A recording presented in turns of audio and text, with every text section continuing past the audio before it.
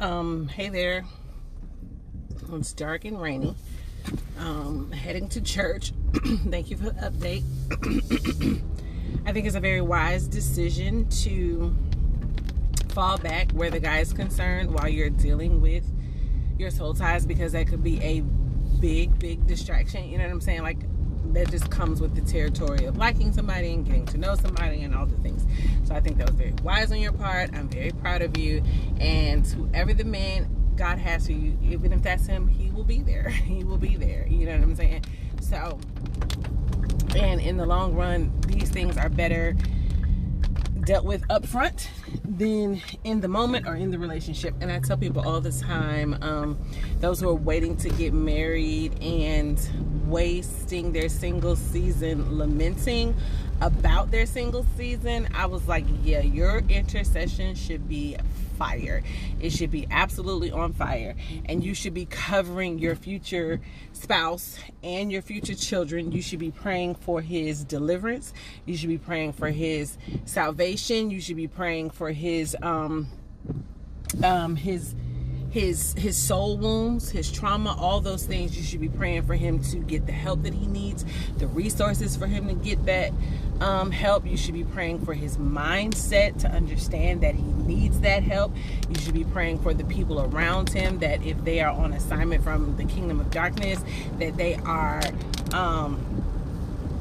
are exposed and removed. You should pray for God to send him friendships that are divine connections from God himself, connections that, friendships that God himself ordained, and all those things. Spend your time in offensive warfare for the things, like if you know all the things about yourself that the enemy strategically launched against you to hinder your kingdom covenant, to hinder your womb, to hinder you multiplying and bringing life into the earth. Like, if you know how the enemy launched an attack against you, it's very great possibility that he launched similar or just those kind of attacks on your kingdom spouse as well. You know what I'm saying?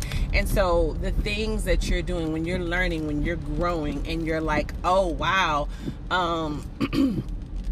you know what I'm saying? Like the moments that you're having, like I'm getting deeper in God, I'm getting closer to God, I'm hearing the voice of God, I'm learning so much about scripture, you know what I'm saying? Pray those things for him.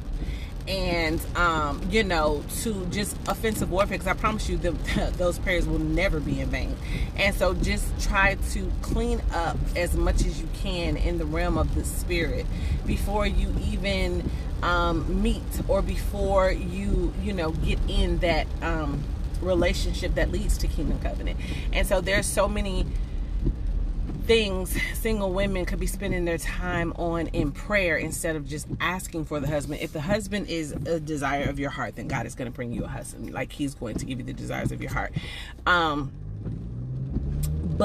you know what I'm saying? Like, don't waste the season that you're in, because even with a person that God himself handpicked for you, there is going to be plot twists, there is going to be drama, there is going to be heartache, there is going to be pain, there is going to be challenges. Life is going to happen, you know what I'm saying? And so, like, you got to be fortified and prepared to deal with all of that. Pray for your future spouse to have emotional intelligence, you know what I'm saying, to any toxic traits of masculinity that he has developed because of his background or experiences, or just being raised in America. You know what I mean? Like, burn that out of him, Lord. Purge that out of him. Open his eyes, hearts, ears. Like, pray for his emotions, his finances. Pray for his finances, for him to be able to steward his finances, for him to understand his finances, for him to understand the principle of tithing, to understand God's principles when it comes to money. All those things, you know what I'm saying? Like, there is plenty that you can be doing while you're waiting in regards to praying, and it's going to be launching preemptive warfare so your kingdom covenant could be as fortified as possible, and you weed out a lot of the foolishness early on, right? Let's see. I think I want to say something. Oh, you said you don't think it's your... So here's the thing. It's very likely that you as a female are going to be more spiritually astute than your husband. Just because the enemy has such a massive attack against God's sons. And so I understand why you feel that way, but it's not accurate. You know what I'm saying? You should always be in a position or a mindset where you're willing, where you see it as your job to teach others about God, his principles, and deeper revelation and all that, whether that be a man or a woman or a child or a spouse. You know what I'm saying? And so like it's a partnership. So a lot of, you know, when you read in Genesis where it says that the woman is his helpmeet. Well, that translated in Hebrew is Eitzer, connector, right? And an Eitzer is a co-warrior. So you're literally like the person he would strategize in war with. You know what I'm saying? Like it's a co-laborer. Like you are with him in the fight. You are a partner with him. And so it's not just there to support him. You're there as his first line of defense when it comes to war. And so you gotta, if you the way you look at the world, the way you see the world, the way your brain works, the way the way you are intellectually set up versus the way he's intellectually set up, you're going to see things from a different perspective. You're going to see things in a different way he doesn't. But when you bring what you bring to the table together and what he brings to the table together, you know what I'm saying? Like you're very likely to not have holes in the plan, in the strategy, because of the way you both see things. So ask God to help you change that mindset and to see you and to show you what that looks like. You know what I'm saying? Like, I get it, but like, think about how it feels to be an adult and all the things you have to take care of, all the things you have to be responsible for. When your car went out and you had this car accident and now you got all of this stuff to deal with, you know what I'm saying? Like, think about a man having to do that for himself and a wife and children. You know what I'm saying? So you want to take as much weight off of him as you can and not fall into the damsel in distress, oh, you just take care of me.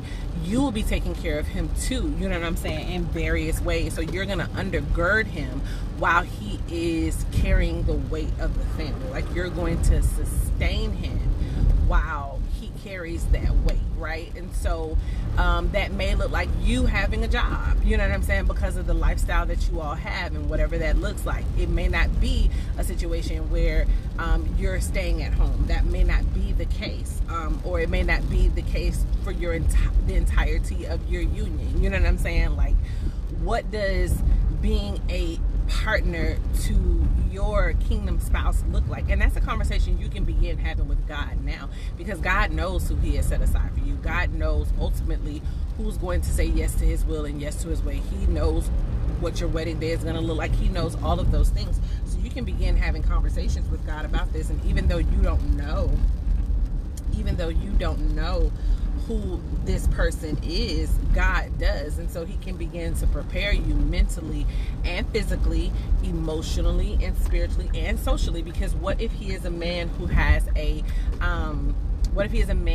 public platform, like the political arena or something like that, and you're going to be forced to be in a kind of a first lady role where you have to interact with people, you know what I'm saying? Is social anxiety something that's already an issue for you? So that would be something that the enemy launched against you strategically on purpose, because he knew it would be a problem in your kingdom covenant, right? And so he's always going to fight kingdom covenant. Why? Because it's ordained by God and he's a hater, right? And then he's also going to fight, what is the temperature? Because I'm cold. I need this heat to heat. And so you're going to want to like, Lord, help me deal with this social anxiety. Where does it come from? How do I break it? You know, what do I need to do? Is there a class that I can take? Is there a mentor that I could have?